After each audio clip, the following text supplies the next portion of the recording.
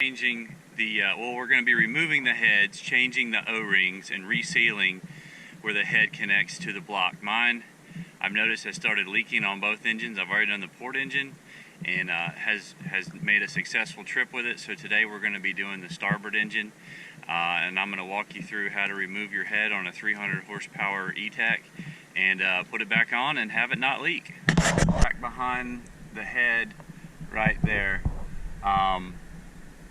We'll try to keep the sun out of it. That is actually coming from where the water jacket's in the block. Coming, you'll notice it really dripping down here at the bottom. And whenever you see that, that means your head, see it, and it only ever leaks on one side. I'm going to go ahead and start with it. You can't really see it right now.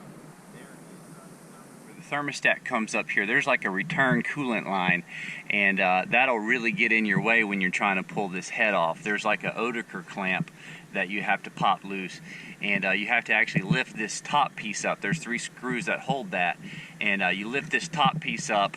Once you loosen the screws, you can lift it up a little bit, and you got to pop a clamp loose that connects to the head way up there. And other than that, it's real simple. I mean, this is a 2-stroke, so there's no exhaust passages because 2-strokes have exhaust ports in the cylinder wall, and there's no intake valves because it's direct injected.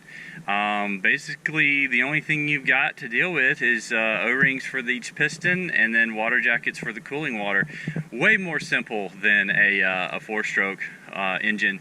And from what I could read in the manual, all of these bolts are not torque to yield, so you should be able to use them again. So for starters, what I'm going to do is I'm going to start by just taking these coil packs off. That's super easy. You just take the spark plugs off, unplug the coil packs. That was actually the injector, but you're gonna have to take all this apart anyway, so just unplug all these things. And no, that was the coil pack. So just unplug all these. It's an 8mm bolt that holds it together. Mine are coming right out because, like I said, I have had these injectors cleaned recently. Sometimes you get the whole washer, sometimes you don't. Sometimes you have to pop it off later. Have you a nice little pan ready to put all your hardware, but then these just kind of come off that little rubber thing, and you just got to start getting stuff out of the way so you can get after what you need to get after. What I did on the other engine is I unplugged this where it connects to the bottom, wherever that may be, and I just flipped this up high. Here we go, right here. So I just unclipped it right there and fed it through here, and then you can actually swing this whole thing out of the way. Here, we'll go ahead and unplug them from the injectors too. That way you can just slide this whole entire piece out of the way, because you're going to have to pull this whole head off. You can't have anything in the way. So I'm just, once I get enough stuff out of the way, I'm just going to flop it up above and let it rest up there while I'm doing what I got to do. And I don't know if you can tell, I'm on the approach for an airport, so sorry. So a little 10 milli back here holding on some kind of sensor. So we're going to take that off as well. I really like the impact. Say what you want, I'm not being rough with it. I actually think the impact is better on stuff that might be seized, because this is just the little impact. It's not a very, it's like a little screw gun impact, not a very strong one. And I feel like a whole bunch of little pulses is better than just, you know, wrenching on something that may not have even been turned since it left the factory. So we got that out of the way now. It's just kind of hanging. Once I take some more pieces off, I'm just going to kind of flop it up above or maybe bungee cord it, but you just got to get this out of the way. I guess I can go ahead and take this cover off. And there's 3 Phillips head screws. There's 3 Phillips head screws up top, and that gives you a little bit of play. It doesn't come up a whole lot unless you want to take this cover off and disconnect the fill tube for the oil. The fill tube for the oil kind of makes it stay held, but there's 1 screw right here, and they come right out with a Phillips head screwdriver. Then there's another one right here. And like I said, if you want more room, what you'll have to do is just See, and now we should be able to kind of, oh yeah, so that gives you a little bit more room to lift. If you need more, you'll have to take apart, oh, you can take apart these Torx up here too. There's some Torx head screws up here as well. Just make sure you've got little trays to put everything in. But yeah, there's also some Torx right there that you can take loose to give yourself a little bit more freedom. So we'll zip some of those out of here. Okie dokie, where'd I spend more time looking for tools than actually working. There it is. And with the number of screws on this thing, I highly suggest a screw gun. Highly suggest a screw gun. So yeah, just undo all these up here too, and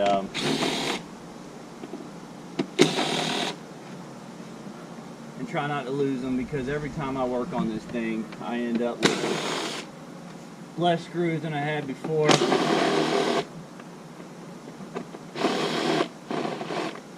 So yeah, and then just try to pull out as many of them as you can. Keep up with them. If they won't come out, no big deal, because, oh, there we go. Kind of lift up a little bit. Some of them are in a bind. It'll get them out of a bind. If some of them are stuck, you can just leave them there, because you're not really taking this piece off. You just need a little wiggle room is all. But these other ones are in there pretty good. I'll just leave them in there. That way when it's time to put it back together, I can just zip them back in. Loaded clamp out of the way, and I'm also going to go ahead and take out the thermostat housing. That'll just give you a little bit more room, and it makes it easier because you're also going to have to clean these heads off really good. So it's just a lot more easier to just go ahead and take the thermostat off.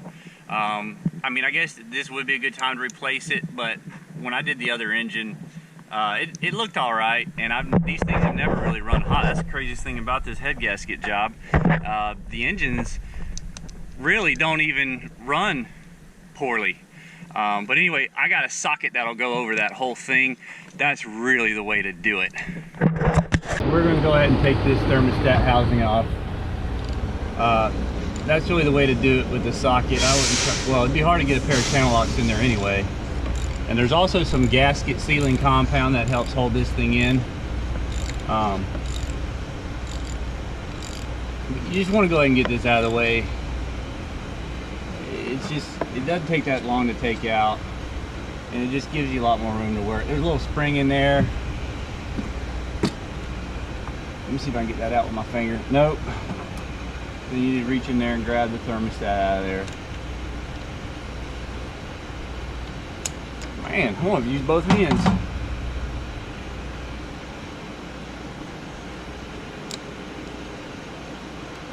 That son of a gun might stay in there. We'll get it out when I take the whole head off. I'll be able to push it. Yeah, I'll be able to push it from the other side. And it's just another good thing to do. Yeah. All right, so getting this Oetiker clamp off, I can actually see the tab for it. I'll show you with the other GoPro. All right, so now we're gonna try to pop that Oetiker clamp off. This is probably one of the hardest parts of the whole daggone job. Maybe a skinnier screwdriver might help. Just stick this screwdriver on the top of that Oetiker clamp and just pry it right off. Yep, so now the hose is off, and once the head's out of the way, I'll be able to access that and put a new Oetiker clamp on it, and then I can fit my Oetiker clamp tool in here to reclamp it back on. But that's really the most delicate part, intricate part of this whole job. So now what we're going to do, we're going to disconnect these gas lines. Gas is going to go everywhere. You just stick a flat head in the top and pop out this little thing. Again, be careful, it is plastic. But you just kind of stick it in there and twist it one way to open one side, twist it the other way to open the other side. You'll hear it kind of click. You might be able to hear it on the GoPro too. And they're out now. And then just pull them on up.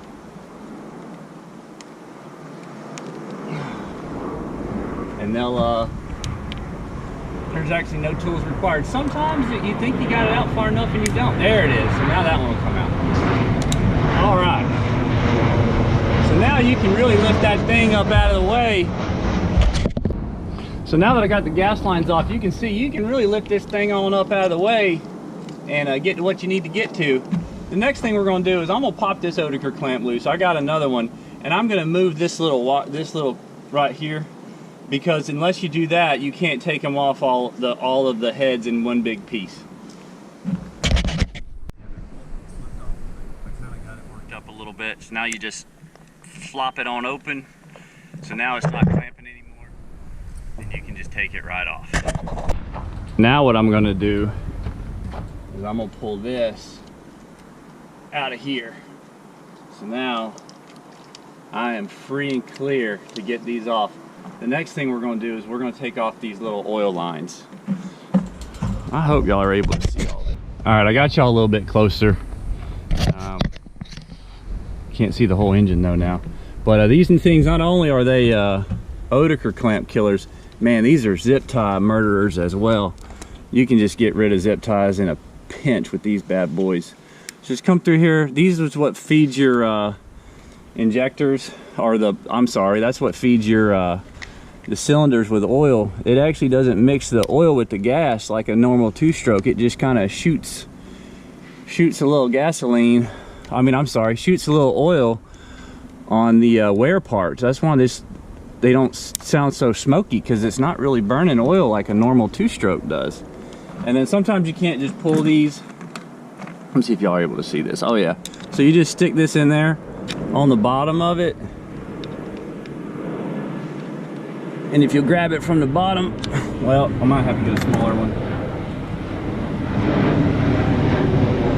So once you get a little flathead in there it is. Is that showing up? All right. Once you get the flathead underneath it, you just push them up, and I think that kind of helps spread it instead of just pulling it. You really don't want to make more work for yourself. All right, that one came off. So y'all get the gist now. So now you just kind of want to take a step back and make sure you got everything. Like I said, I'm going to leave the spark plugs and the injectors on, and I'm going to take those off in my workbench inside. I know I said I wasn't going to take the injectors out, and I'm not, but I'm just going to go ahead and loosen these bolts a little bit. That way they're not pulling on it after I take the head off. I've taken these out recently, so they ought to come out without a fight. But if you're torquing on anything that's hard to remove, you need to make sure you use a 6-point. That just grabs the nut, the bolt a little bit better. It will keep from rounding it off. These are cool because, you know, you have more options for getting on the head of a bolt. But if it's really stuck, that'll round it off. But I'm going to use it on this because I've had these off before. So all I'm going to do is I'm just going to loosen them. All right, so that's pretty hard to take off. So what I'm actually going to do is am going to swap this out for a 6-point. So I actually couldn't find, gosh, that sun is just killing us, ain't it? I actually couldn't find a 6-point in a 3/8, so I got this 1/2 inch. I do have the bigger impact, but I've got it on the low setting. So I'm going to put this on a setting number 1. Actually, we'll put it on 2. And we're just going to kind of bump these. Just real gentle. All right. Ooh, that one ready to come on out of there.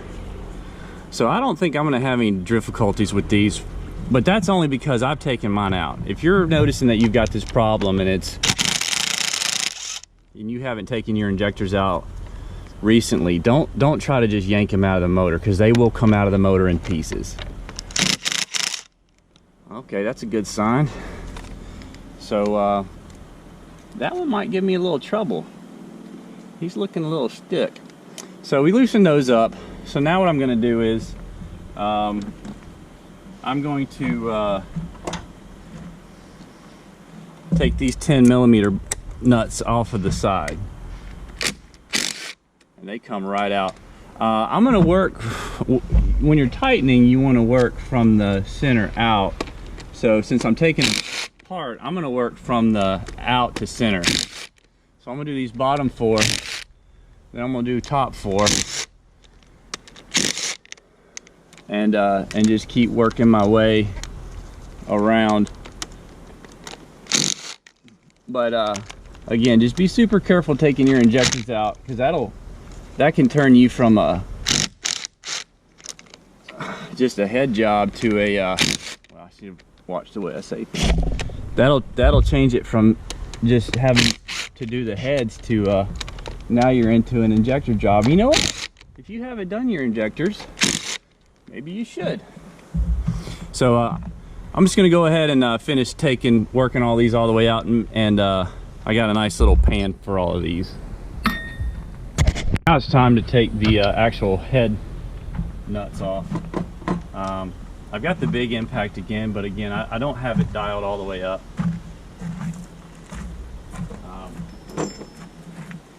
But this is a 1/2 inch 6-point impact socket.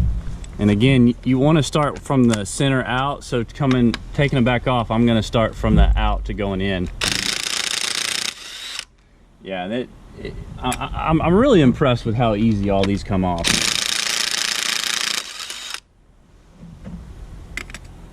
So we're going to do the bottom 2. And now for this one up here, you might have to put the extension on to reach in there and get it. But y'all get the gist. I'll take the rest of these off and get back with y'all when I'm done. So now there's nothing really holding the head on other than the old sealer. There's a nice little spot right here where you can get a screwdriver and just barely pry. See that? It came loose for me.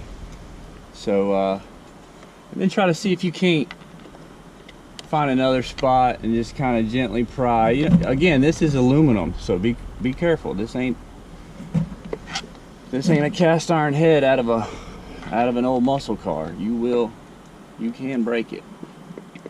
So just got to find your little places here and there to just kind of pry.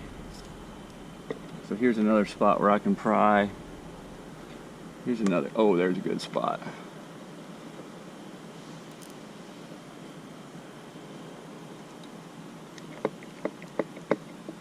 I think wiggling it is where it's at now. We kind of got it loose. Oh yeah, it's loose now. So I should be able to, there's nothing really holding it any, oh, here we go. See that right there? I missed one. Right there, number 8. It's a number 8 little head. Where's my 8? I spend more time looking for tools than I do work. So there's a little 8 millimeter right there that I forgot about. Holds a little vapor separator slash fuel pump thing on. So just take that out, put it in a good spot. Oh yeah, now she's coming right off. So it's just a matter of making sure you undid everything. So you just kind of lift up on this right here and slide this baby on off. All right, she's free. Oh, see that? I forgot something else. No big deal. We'll just take that right off, and the head is off. So now that I got the whole apparatus on my workbench, you'll see what I'm able to talk about. It'll be a lot easier to work on.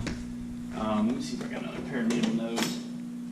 It'll be a whole lot easier to get this thermostat out now and check it. Yeah, here it comes out. So I'll probably just shoot a little, yeah, that don't look bad at all. So we got that out. I'll probably clean that out real good. But what I'm gonna go ahead and do now is, I got these just kind of hand loose. I don't want the injectors to come flopping out yet. I'm gonna flip it over, and then you'll be able to see the inside of an Etec. Not much going on. I think really where they get all their efficiency is through that special injector they've got. But you can see just around each little water jacket, all it is this cheap little silicone. I really think if they'd have used a head gasket, one, it'd make this job a lot easier. All I'd have to do is throw a new head gasket on it. Number two, I don't think I'd have to do it, period, because I think a head gasket would seal better. But you can tell this little bit of gasket material, these little bitty beads of gasket material. Now some of it's come apart from me taking the head off, but you can tell it's put on by a machine, because I mean it is like a super thin little bead of this stuff that's just ever so precise. There's no way a human would be able to do it. The manual says to use RTV, but unless you've done a lot of these, I wouldn't recommend using RTV, because you could end up clogging a passage. I'm going to be using a product called Loctite 518, and what that'll do is that will actually it only hardens in the absence. It's called anaerobic. It only hardens in the absence of oxygen.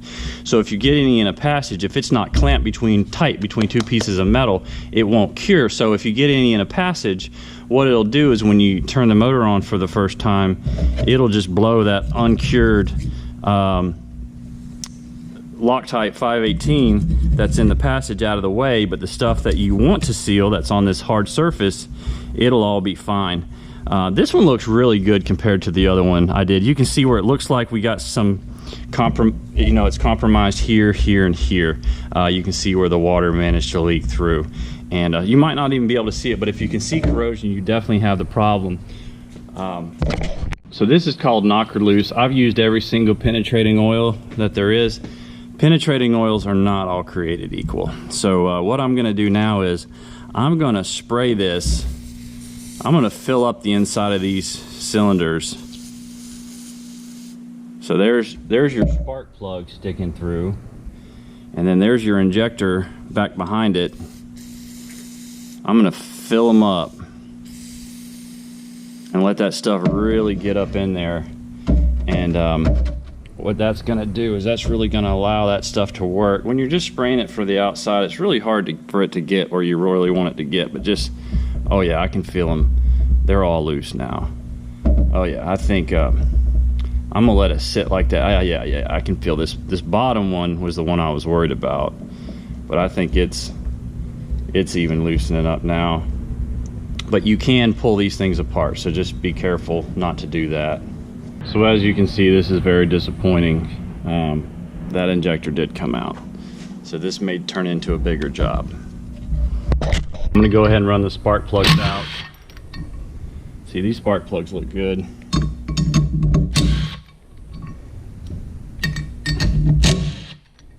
And I'm gonna see if I can't push that tip out very gently and be able to just press it back in where it goes. So I got the injector out, but it seems like it's a little stuck. So I've got it bathing in a bath of penetrating oil, see if we can get it going again. But in the meantime, I'm going to wire wheel this. If you have like a bench wire wheel, that would be even better, but this is all I got to work with.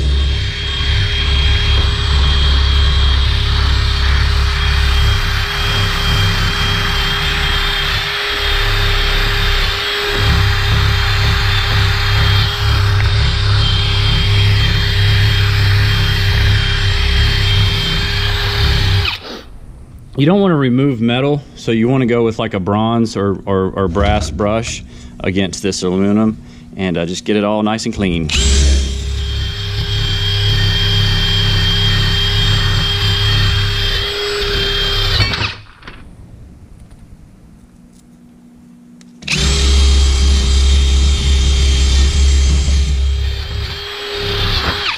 Woo. So this has turned into an injector job. You need to number these injectors because they are specific to the ones that they go to. I didn't say that originally because my original plan was to not deal with these. But now that the tip is no good in this one, it had frozen into the cylinder, it's gonna have to get sent out to get repaired. And now that I've had to take them apart from each other, it's going to need to get labeled. So what you want to do is just put you a piece of tape and just label this as the bottom injector. You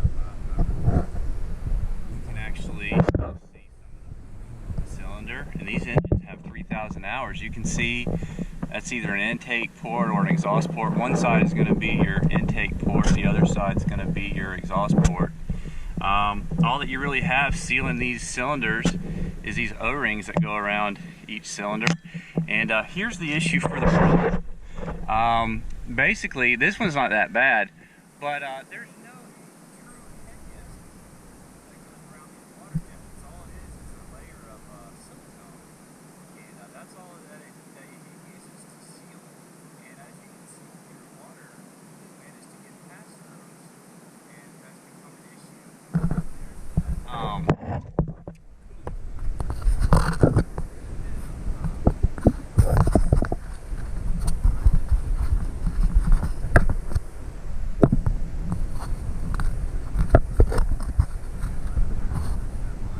Undo. You can just pry it off with the screwdriver, and then it's easier to put. But now all we got to do is clean this up really good. I've got some very particular Loctite 518. It's a very forgiving, very particular sealing compound that we will use to make sure this thing is watertight. All right, now it's time to kind of clean this up as good as you can. This is a little bit harder. I left the head bolts in the last time. Definitely clean these off.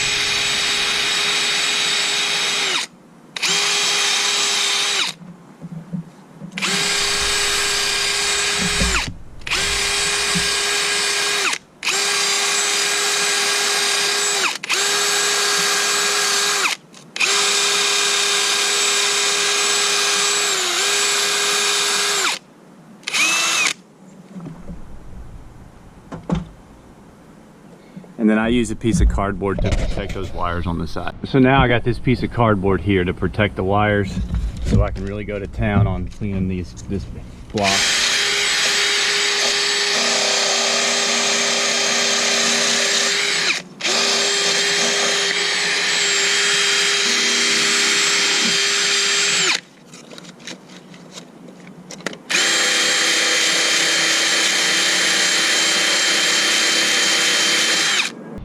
And then make sure you go back and get all this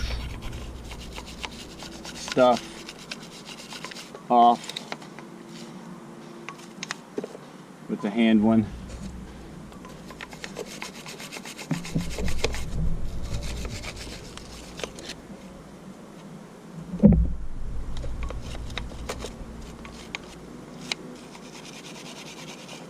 Especially right around all these head bolts or head studs. And then be really careful with this emery cloth. You don't want to actually remove material, but you do want to make sure you're back down to bare metal.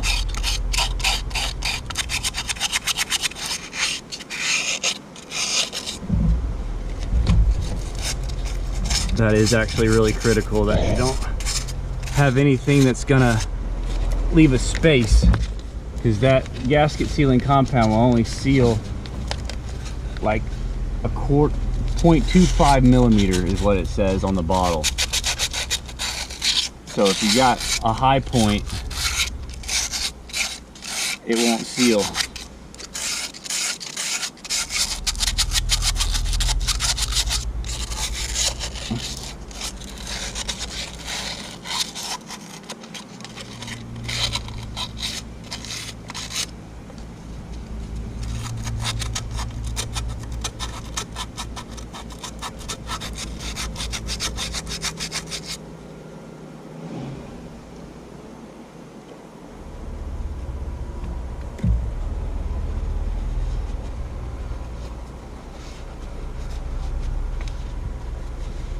Alright, that's starting to look really good. I'll still probably get some either acetone or some brake clean. I also kind of wipe out the inside of these cylinders too. And I'll probably put a little motor oil inside these cylinders so it's not dry on its first run. That looks pretty doggone good. Well, we'll keep working some more at some of that. I didn't spray it directly on the block, but I sprayed it on a rag and really cleaned up those sealing surface.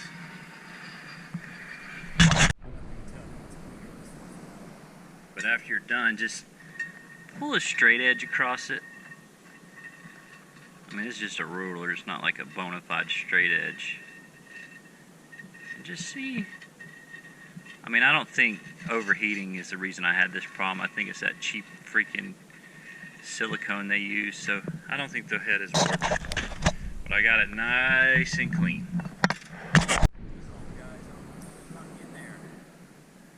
Gotta take those O-rings out, because I ordered new ones. And then you want to take the air compressor and make sure there's no obstructions, because this is how lubrication gets to the block, or to the cylinders. Just make sure, you got a little shop here, right here. Just make sure these, if they whistle, that's a good thing. Yep. Alright, all passages are clear. Alright, so I got it all cleaned out and I blew out all the passages with some shop air. So the directions state to put some triple guard grease on the O-ring and stick it back, and don't like stretch the O-ring. I'm just gently working this stuff on, and put it back in the slot. You don't want to get any grease on your mating surface, because that's where, oops, see, I got a little bit right there. Or else your gasket sealing compound, or your Loctite 518 might not seal properly. So you want to put a little grease on these O-rings, because you always put grease on O-rings, but you don't want to get it on the mating surface, because it could compromise your seal. And that's the whole reason we're doing this. So again, just putting a little bit of that on there.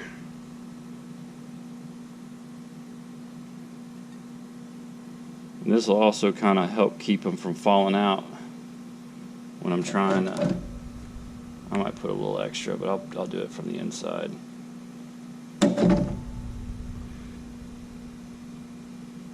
So that'll help hold it on there.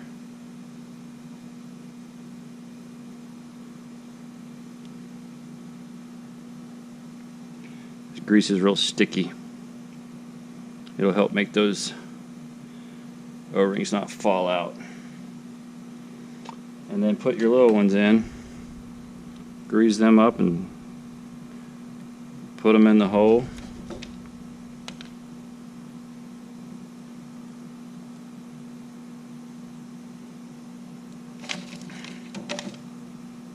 And then I might take a little brake clean, and I'm not going to spray it on the whole thing because I don't want to have to start from scratch.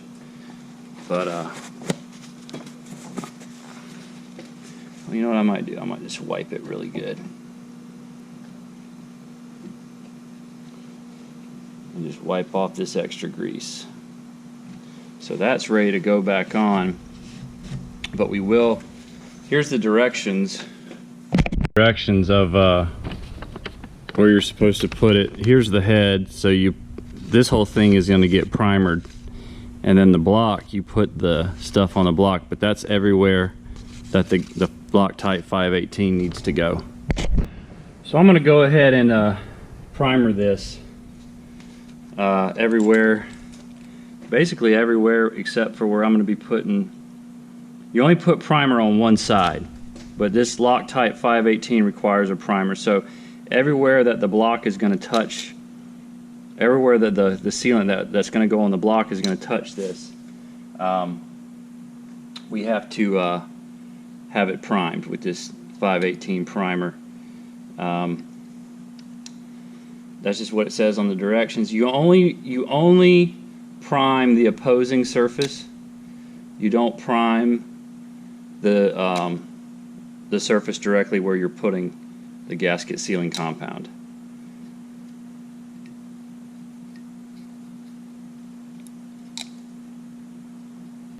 All right, so I got my gasket sealing compound, my Loctite 518, and I'm just gonna follow along to this. I know you can't see it from up there. There's a Facebook group, Evinrude Etec Owners Group, and they've got the they got everything you need on there. They got the manual, the full like mechanics manual for this. So this says to put it around the thing right there and right there.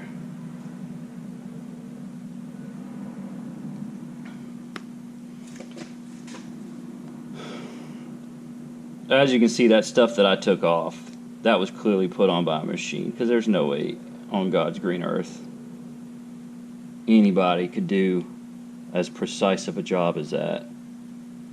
And that's why I use the 518, because there's just so many of these little passages. There's no freaking way that you could seal them all without some of it going into the passage.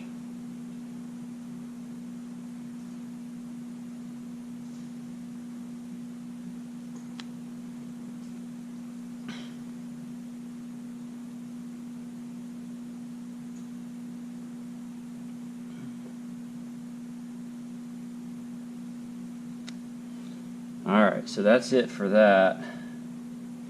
Now we're going to go put it directly on the block. Triple guard grease on the head bolts, head studs. So I went ahead and did that because when it's time to put this thing back together, it's finished. I also sprayed a little bit of WD-40 inside the cylinders and kind of did it around with my finger. That way when I start it again for the first time, they're not just dry. Alright. So now we're gonna put the 518 around all of these passages as well. If y'all think this is a little ridiculous, that's because it is.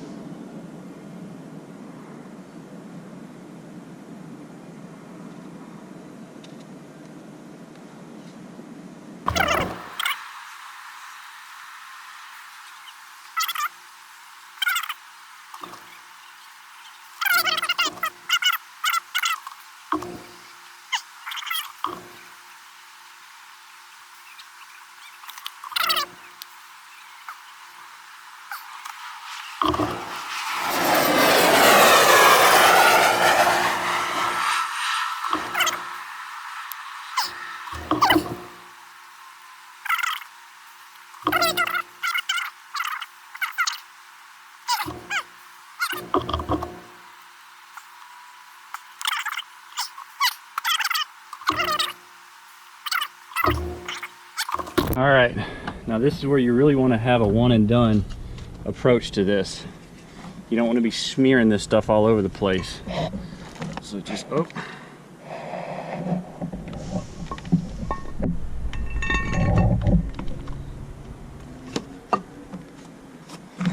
Now hold it tight.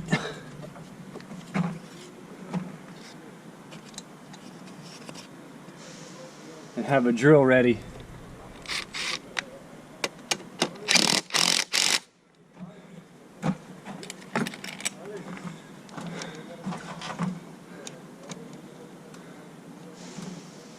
To at least,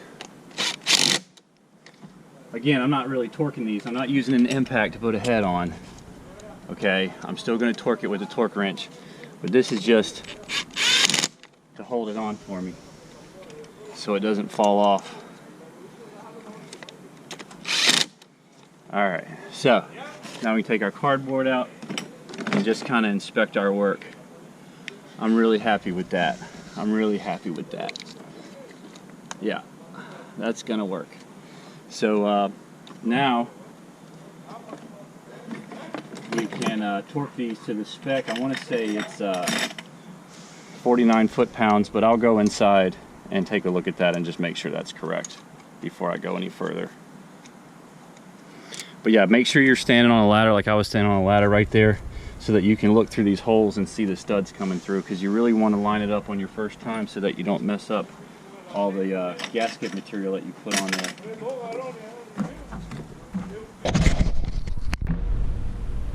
I'm trying to see if y'all can even see what's going on. I don't think so. Let me move. All right, I think y'all can see that now. So the torque spec is in fact 49 pounds. I'm gonna do it in 2 stages, and it's actually labeled, the torque pattern is labeled on the block. So I'm gonna do it in 2 stages. I'm gonna do 25 pounds, and then I'm gonna do a final torque of 49 pounds. So there's 25, there's a number 2, here's a number 3, here's a number 4. And as you can see, I'd never, 4, where's 5? There's 5 right up here. Where's 6? Oh, 6 is, no, that's 8. Here's 6. Here's 7 down here. And then here's 8. And as you can see, I didn't do it really tight with the impact. I was just doing it to hold the head because I didn't want it to fall back off and mess everything up that I had done. So now I'm gonna tighten it and do it one more time. So I had it, now I got it at 49 foot-pounds. I've already torqued them to like 25 or 30, somewhere in that range. And now I'm gonna go the same sequence and torque them all the way to 49. There's 49. 49. And this is numbered, but if your numbers are worn off, basically what you want to do is you want to work a crisscross pattern, and you want to work from the center out, because you don't want this thing to get in a bind. And that's just the case on everything, not just boat motors. All right, now the head is torqued on, so now we just got to put these bolts that are on the sides in. So the next step is to put in these bolts on the side, and the directions also say to put in some triple guard grease on those. So I'm gonna go, I've already done that off camera. So as always, you always get things started with your fingers. You always do it, turn them a couple times with your fingers, because an impact will just drive it home. So what I'm gonna do is get them all started with my fingers, get them snug with the impact, and then the torque spec on these is 15 to 17 pounds, and it wants you to work a spiral pattern, basically meaning, again, you start from the center and work your way out. And that's true for any time you're tightening down something big like this. You want to be, you just want it to be clamped down evenly. Again, I'm not doing the final torque. I'm just snugging them up. As soon as it clicks, I stop. And then we'll use a torque wrench, although these probably aren't nearly as important as the main head studs, but I'm still obviously going to follow the directions. So now we're gonna torque them with the torque wrench. All right, got it set to 17, and we're gonna torque them down. Yep.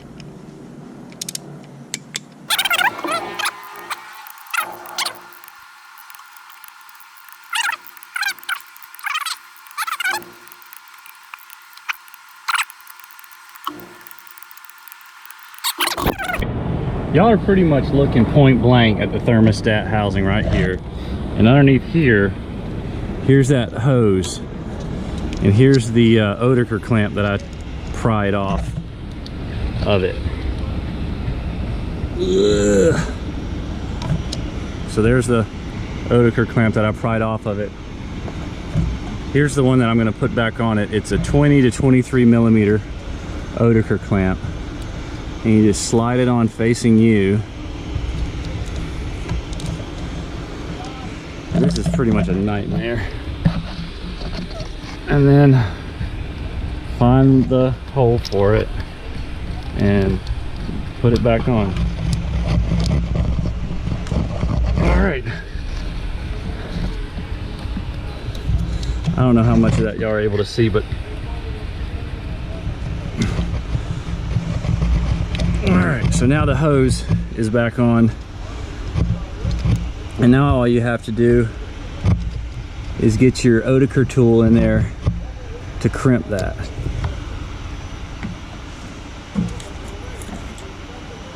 It kind of faced down on me a little bit when I put it on. Let me see if I can spin it up. There we go. All right, so I don't know how well y'all can see that, but so I got my hose back on and I got my Oetiker clamp facing us. I'm gonna shove that hose on just a little bit further. All right, now it's on all the way. And now all I have to do is grab that with my Oetiker tool.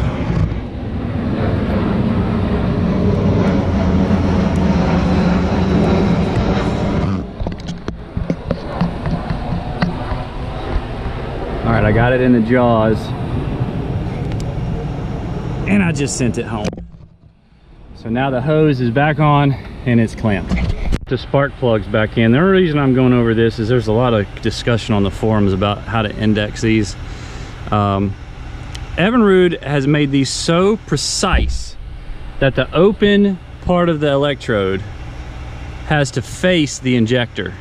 So all you gotta do is put a little black dot and make sure you buy the ones that are WEPIA QC8. They've cut the thread so that it's supposed to stop where it's supposed to, but I would still draw a mark that corresponds with the open part of the electrode so that it stops. Also, the directions say to coat the threads of the spark plugs in triple guard grease as well. So go ahead and run these in with your fingers. Try not to wipe off your I'm gonna put that kind of dirty one up top. The top stays the cleanest.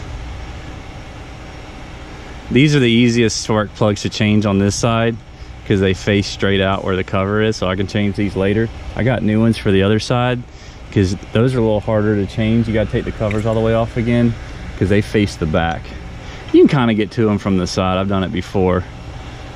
But anyway, just run these in. I want to say it's like 15 foot-pounds, but really and truly, after you've already put them in one time, all you really do, you've already crushed the crush ring, so they'll pretty much stop where they're supposed to. It's on 15 pounds. But really and truly what I'm gonna do is I'm just gonna stop when it lines up with the injector. See there, the black mark. And this is a pretty, it looks like I'm barely even trying, but this is a big freaking wrench.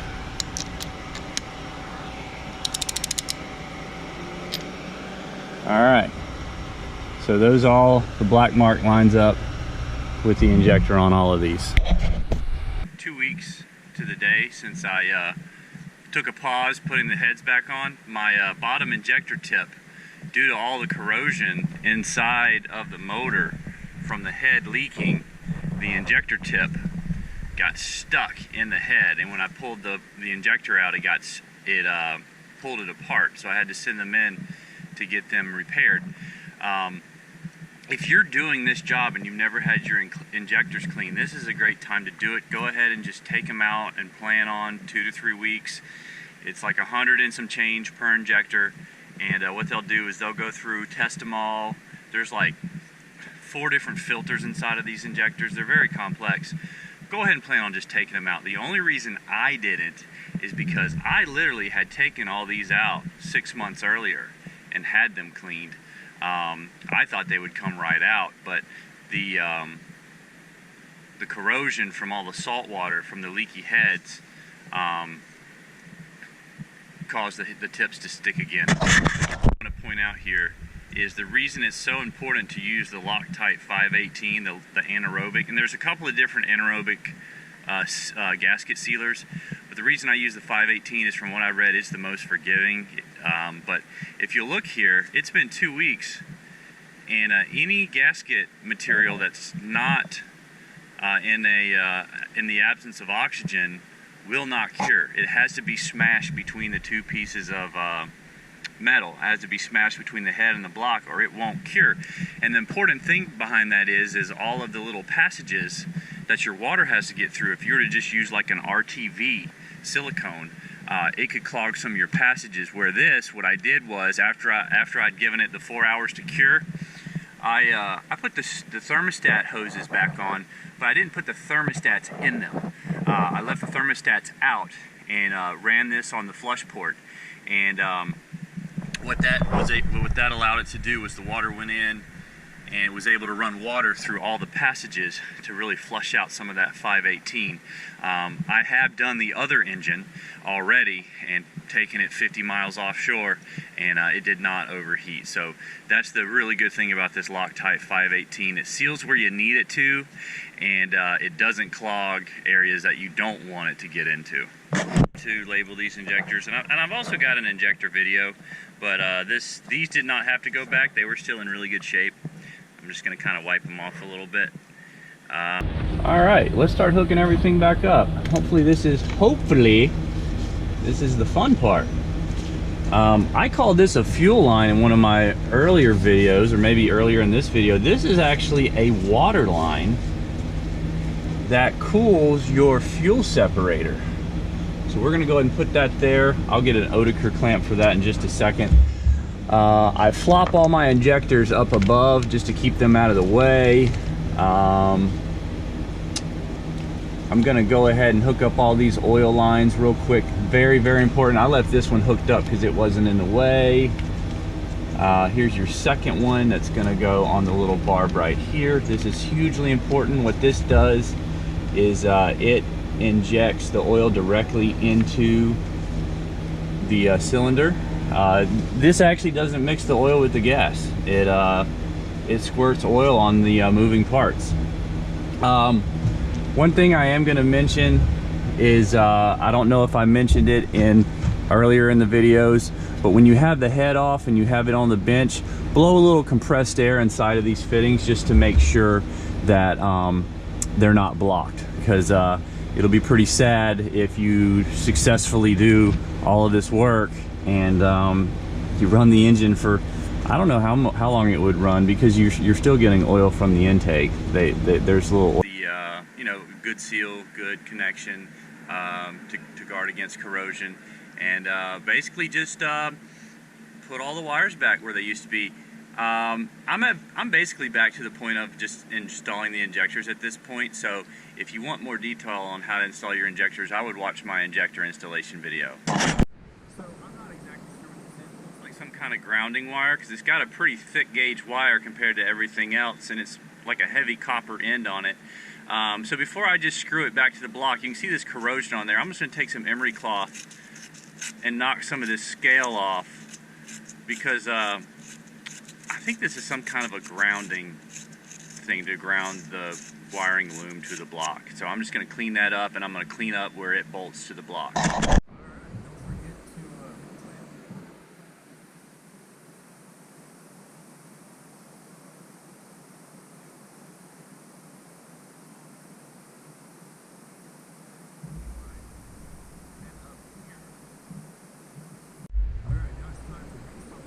I guess I could have done it a little sooner. It would have been even easier. But just this thermostat was working fine. I'm just going to kind of spray it down with some salt inhibitor, and also just give it a little bit of penetrating oil, and then it actually goes into the body like that. The spring holds it, pushes that little gasket up in there. I know you are like, oh, you should go ahead and replace that, and you probably think I should go ahead and replace that rusty starter too, but where I'm at on these engines is I'm not gonna, if it works, I'm not changing it, because they've got high hours. My plan is to ultimately go another direction, but you know, if I can throw a couple hours and a couple bucks at them and keep them going, that's what I'm gonna do. Gasket sealant around the thing that covers the thermostat. Just some Permatex stuff, because the directions do say to do that, and it had quite a bit on it when I took it off. But just stick it up in there and tighten her down.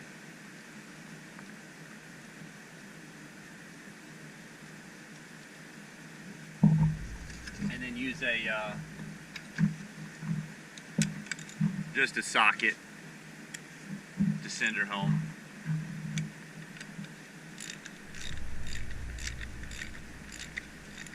And you should see that gasket sealer kind of ooze out all around it.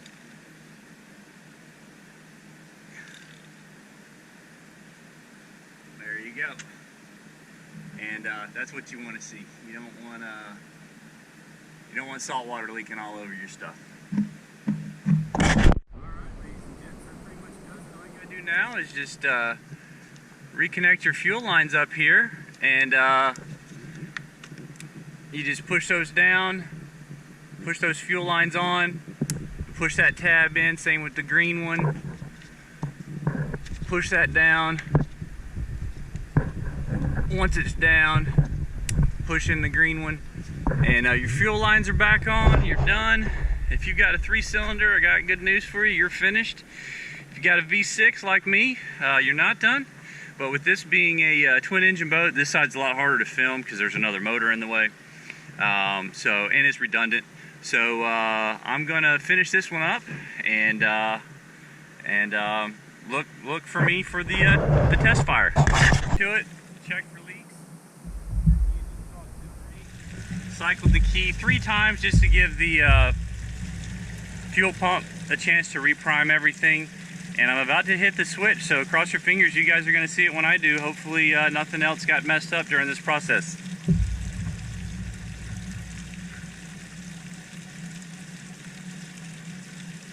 Can I get a clear front?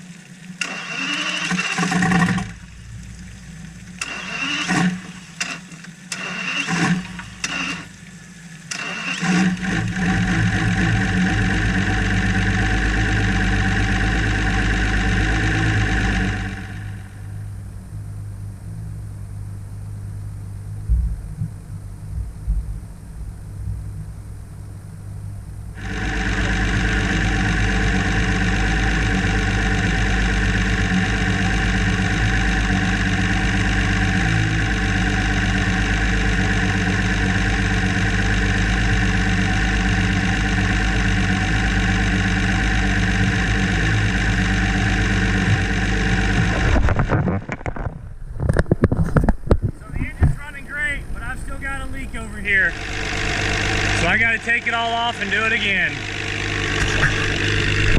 Alright folks, so we have success. No leaking water. I forgot to put a new clamp right there.